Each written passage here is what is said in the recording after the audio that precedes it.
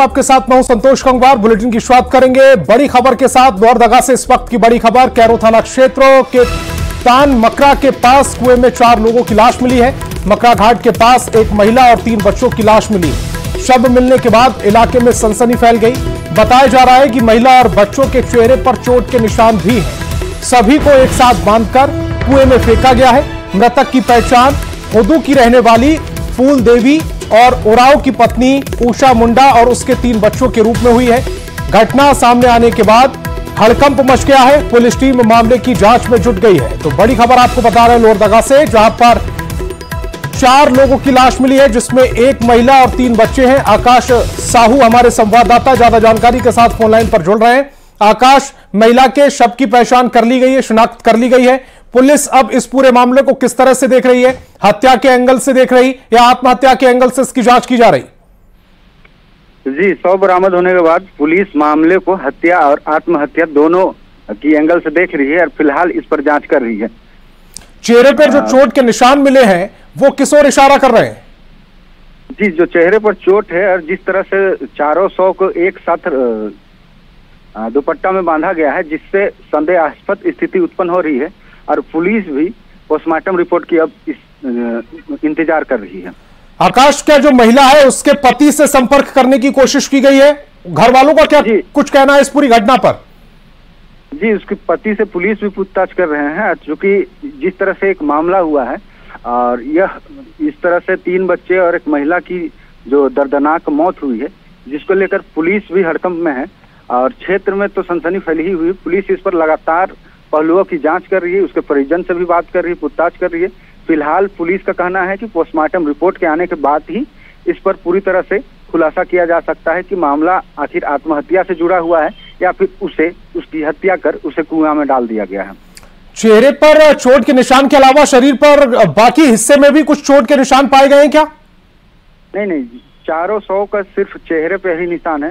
जो 2 बड़े बच्चे हैं, एक 7 साल के है, एक 4 साल की है, वो दोनों के चेहरे पर और जो महिला है उसके चेहरे पर भी किसी से चोट लगने के निशान हैं। क्या जो शव हैं उनके हाथ बंधे हुए पाए गए? नहीं, शव के हाथ बंधे हुए नहीं है। चारों शव के जो महिला थी, महिला के जो 3 बच्चे थे, 3 बच्चे के आपस में उस पर बांधकर कुआं में डाला गया था, या फिर हो सकता है पुलिस इस पर जांच कर रही है। फिलहाल प्रारंभिक जांच में पुलिस कुछ भी कहने से बच रही है, क्योंकि इस तरह से एक नहीं 3 मासूम बच्चे और एक महिला की शव बरामद हुआ है। तो पुलिस भी इस पर त्वरित अपना जो भी बात है वो नहीं सामने खुलकर बोल रही है। आकाश, इस तमाम जानकारी के लिए आपका बहुत बहुत शुक्रिया। और गुमला से बड़ी खबर मिल रही है। गुमला थाने का एसआई निलंबित कर दिया गया है। एसआई धनंजय कुमार को सस्पेंड किया गया है। पोस्टमार्टम रिपोर्ट में घूस का मामला सामने आया।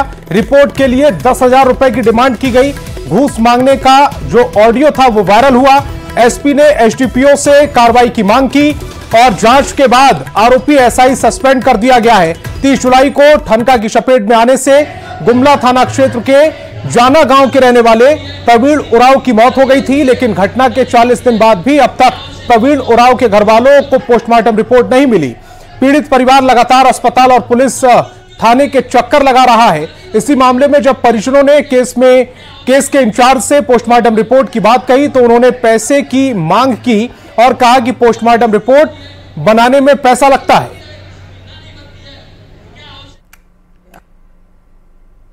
कितना तुम दे सकता है बताओ ना। ज्यादा तो नहीं, फिर भी आप 10 आसपास, 5-10। ठीक है, 10 कर दो। और 10 कर दे। हाँ, तो कहीं कब लेने आना पड़ेगा सर? तुम लोग कर दो तो हम हॉस्पिटल आए, लेकिन वो तैयार नहीं किया है। अच्छा, उसको देख करके कुछ तैयार कराना होगा, उसके बाद हम बुलाएंगे, तब उस समय आइएगा। तो वहाँ भी पैसा देना पड़ेगा सर? उसी में से कुछ देना होना होता है कि जब जैसा तैयार करेगा उसी में से हम कर देंगे ना, अलग से हम नहीं देंगे ना कर दो। अच्छा सर, इस समझ में आया हॉस्पिटल में भी पैसा लग रहा है? अरे सरकारी काम देख रहा है, 31/7 को ही हुआ है। जी सर। 31/7 से 2 दिन तो हम आए, आज आए थे, कॉलेज भी आते, तैयारी नहीं किया। मतलब खर्चा पानी मांग रहा है।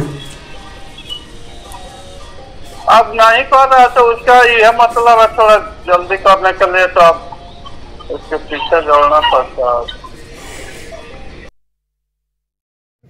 हॉस्पिटल में पोस्टमार्टम रिपोर्ट बनने के बाद एसआई धनंजय कुमार सिंह हैं। एसआई द्वारा 10,000 पैसा का डिमांड किया जा रहा है, मांगा जा रहा है। जिसका मृत्यु हुआ है उस लड़का का भाई गया था थाना में। वो सीधे बोला कि थोड़ा बहुत खर्चा लगता है, पैसा लगता है, अगर पैसा नहीं दीजिएगा तो कैसे हम पोस्टमार्टम रिपोर्ट लेके आएंगे। और बड़ी खबर लातेहार से है। महुआ डांड थाना क्षेत्र के रेंगाई गांव में संदिग्ध वस्तु बरामद हुई है। केन बम होने की आशंका जताई जा रही है। पुलिस की टीम बम निरोधक दस्ते के साथ मामले की जांच कर रही है। अभी यह पता नहीं चल पाया है कि यह बम ही है या कुछ और है। पुलिस भी कुछ भी साफ बताने में असमर्थ है। रेंगाई गांव के रहने वाले जजीत खलगो के घर के पास संदिग्ध वस्तु बरामद हुई है। स्थल की घेराबंदी कर ली गई है। लातेहार एसपी कुमार गौरव ने बताया कि जांच चल रही है। छानबीन पूरी होने के बाद ही कुछ कहा जा सकता है।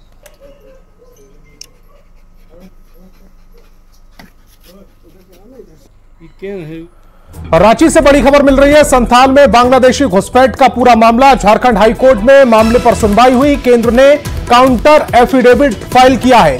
केंद्र ने माना 44% से 28% ट्राइबल की संख्या हो गई है।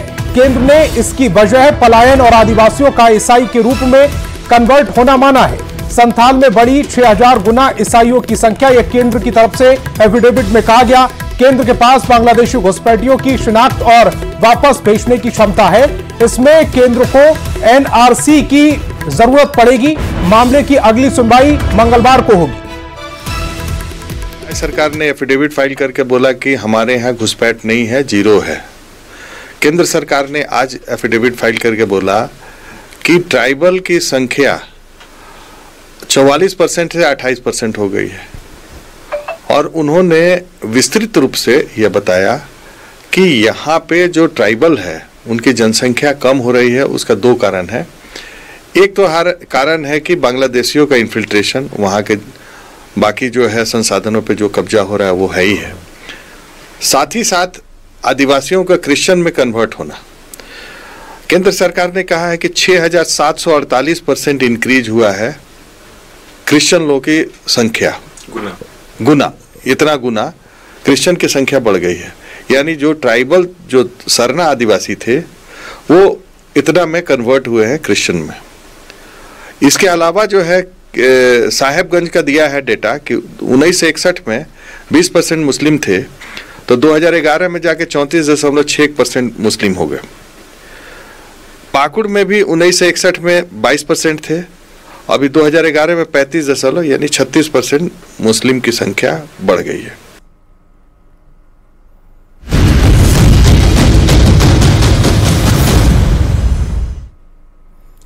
और मुख्यमंत्री मैया सम्मान योजना के लाभुकों के लिए एक अच्छी खबर है। योजना से जुड़े लाभुकों के खाते में 13 सितंबर को सीएम हेमंत सोरेन बोकारो के ललपनिया से दूसरी किश्त भरेंगे।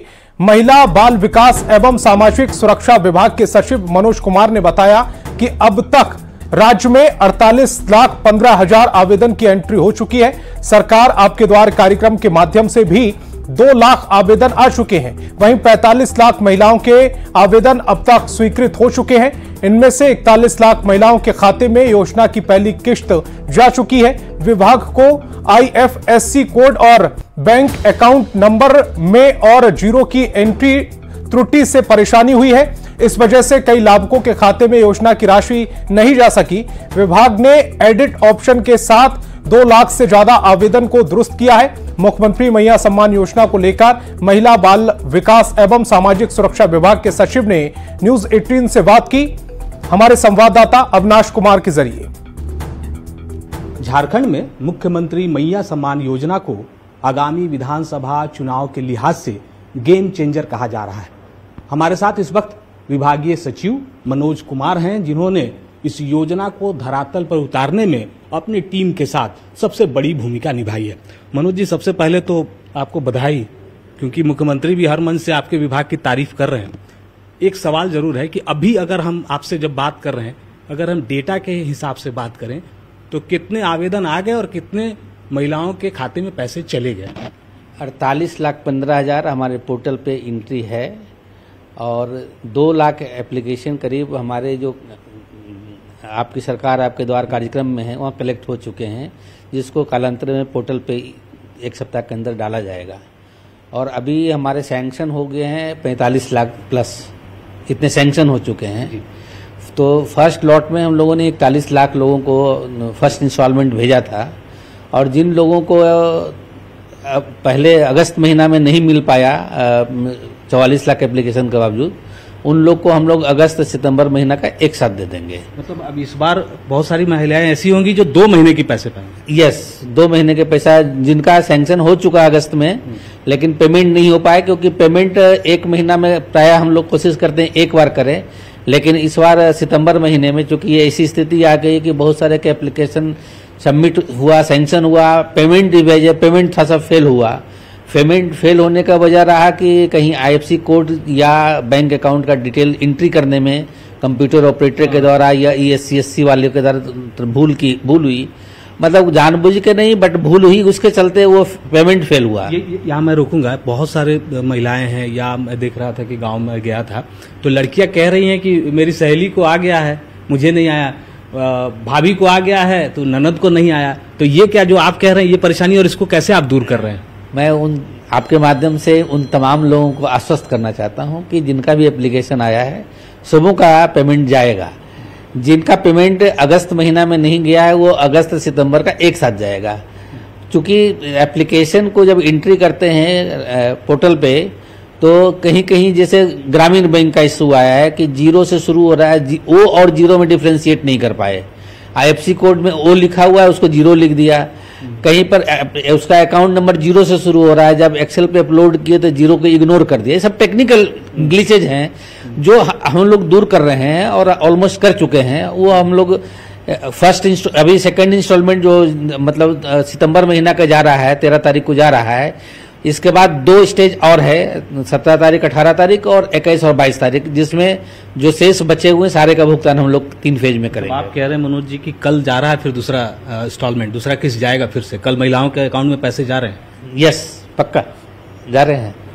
एक और बात की, बहुत सारी महिलाओं ने फॉर्म फिलअप किया था और ऑफलाइन जिसको मैं कहूँ, अभी आप जो कह रहे हैं कि जो व्यवहारिक दिक्कतें हुई हैं तो उसको एडिट ऑप्शन आप लोगों ने दिया है, कैसे होगा? नहीं, जिसमें कंप्यूटर में एंट्री करने में, पोर्टल पे जब एंट्री कर रहे थे हमारे कंप्यूटर ऑपरेटर्स और CSC के जो VLE जो हैं, तो वो डिजिट्स जो 16 डिजिट है अकाउंट नंबर, तो कहीं पर आगे पीछे हो गया, डिजिट गड़बड़ हुआ तो उसके चलते पेमेंट फेल कर गया कि नाम कुछ है और उससे मैच नहीं कर रहा है अकाउंट नंबर, तो वहाँ पर पेमेंट फेल हुआ। कहीं IFSC कोड में भी दिक्कत हुआ, कोई 0 पढ़ लिया, कोई 0 लिखा, कोई 0 को O पढ़ लिया, इस टाइप से IFSC कोड में भी हुआ है। तो हम लोगों ने BDO और CO को, जो सैंक्शनिंग अथॉरिटी है इस स्कीम में, उसको एडिट ऑप्शन दिया है। इस बात को समझने की जरूरत है कि अगर आप ग्रामीण इलाकों में जाते हैं तो उन महिलाओं का दर्द समझिए जो 5-10 रुपए के लिए कितना वक्त इंतजार करती हैं, और आज सरकार जब 1000 रुपए दे रही है, हर माह दे रही है, तो ये एक क्रांतिकारी कदम है। कैमरा पर्सन संजीव के साथ अविनाश कुमार, न्यूज़ 18 रांची। रांची में नेता प्रतिपक्ष अमर बावरी, समीर उरांव, गंगोत्री कुजूर ने मृतक आरती के परिवार वालों से मुलाकात की। आपको बता दें कि बिजुपाड़ा की आरती की उत्पाद सिपाही दौड़ के दौरान मौत हो गई। आरती की शादी को अभी 1 साल ही हुआ था। अमर बावरी ने राज्य सरकार पर हमला बोलते हुए पीड़ित परिवार को 5 लाख रुपए मदद की मांग की है। उत्पाद सिपाही की दौड़ में बिजुपाड़ा निवासी आरती की मौत 6 सितंबर को हो गई थी। आरती 31 अगस्त को दौड़ में शामिल हुई थी, जहां वो बेहोश होकर गिर गई। आरती की मौत इलाज के दौरान हो गई। आरती की शादी 1 साल पहले हुई थी। आज नेता प्रतिपक्ष अमर बावरी, समीर उरांव और गंगोत्री कुजूर ने पीड़ित परिवार से मुलाकात की। नेता प्रतिपक्ष अमर बावरी ने बताया 583 पदों के लिए 5 लाख युवा इसमें शामिल हुए। 10 किलोमीटर की दौड़ आज तक नहीं देखी। देश के इतिहास में पहली बार दौड़ से युवाओं की मौत हो रही है। पोस्टमार्टम रिपोर्ट के बगैर अंतिम संस्कार किया जा रहा है। भादों की इस उमस भरी गर्मी में गांव को दौड़ किया जा रहा है। भादों मास की गर्मी सबसे खराब होती है। सरकार अपनी कमियां छुपाने के लिए तरह तरह के आरोप लगा रही है, कभी कोविड वैक्सीन को लेकर तो कभी एस्ट्रॉयड को लेकर नियमावली पर सवाल खड़े कर रहे हैं। उसका मृत्यु भी हो गया। दुखद बात यह है कि भाई घटनाएं हो रही है, लोग अस्पताल को जा रहे हैं, लेकिन प्रॉपर मेडिकल केयर जो लेना चाहिए सरकार के रूप में, भाई सरकार किसके लिए है? नागरिकों के लिए है। झारखंड के नागरिक हैं, गरीब लोग हैं, नौकरियों के लिए अपना जान का बाजी लगा के दौड़ रहे हैं। आपके गड़बड़ी के कारण उनका जान आज इस तरह से जा रहा है। और जामताड़ा के कर्मातांड प्रखंड में दुमका सांसद नलिन सोरेन ने कार्यकर्ताओं के साथ बैठक की। बैठक में बाजार वासियों ने विद्यासागर स्टेशन में कई ट्रेनों के ठहराव की मांग की। लिस्ट में कई ट्रेनों के नाम और विद्यासागर रेलवे स्टेशन में डाउन साइड में टिकट काउंटर जैसी मांगों को लेकर ज्ञापन सौंपा। मामले पर नलिन सोरेन ने आश्वासन देते हुए कहा है कि अब हर समस्या का समाधान होगा। उन्होंने आश्वासन दिया है और इसके बाद भी यदि इस तरह की घटनाएं उस पर निश्चित कार्रवाई करने का काम करेंगे। और मृतक के लिए आपके मुआवजा के लिए भी हम बात करेंगे कि निश्चित रूप से उनको मुआवजा मिले।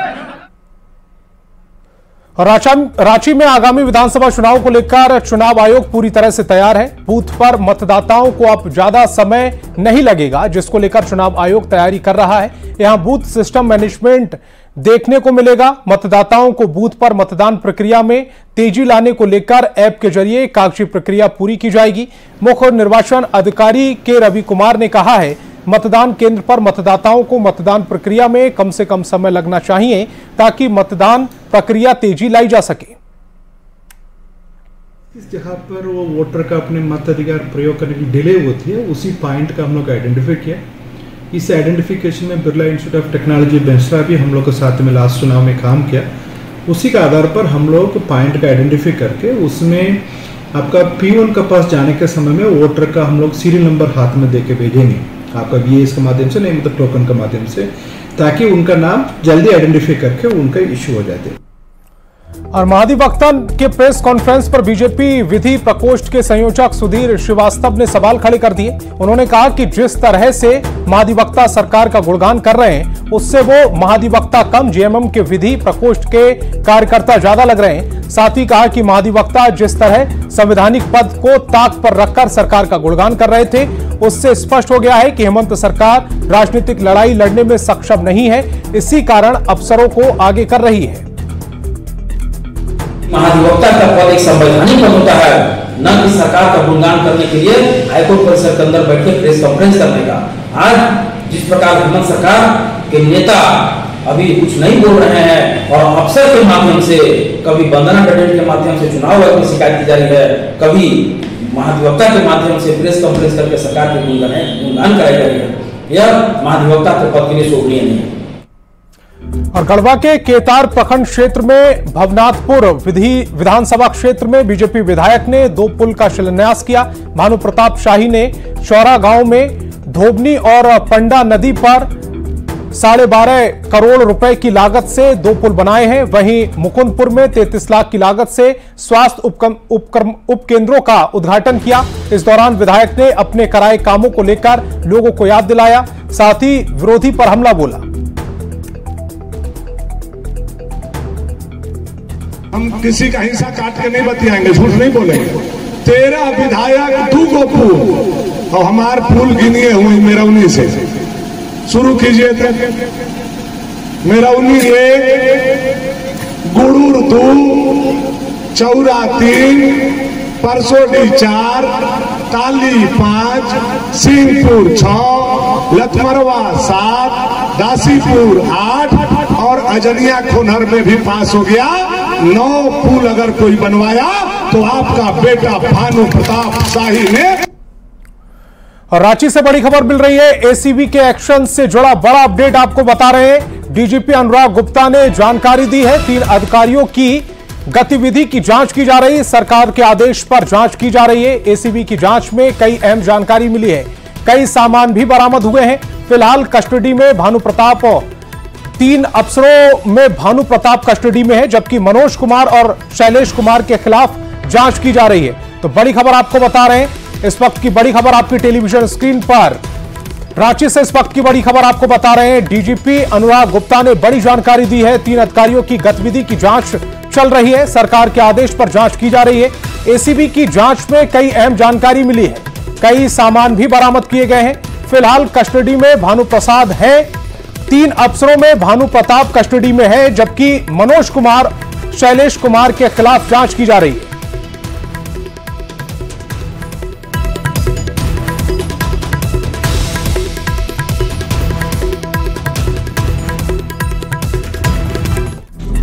तो इस बुलेटिन में फिलहाल इतना ही। आप देखते रहिए न्यूज़ 18 बिहार झारखंड।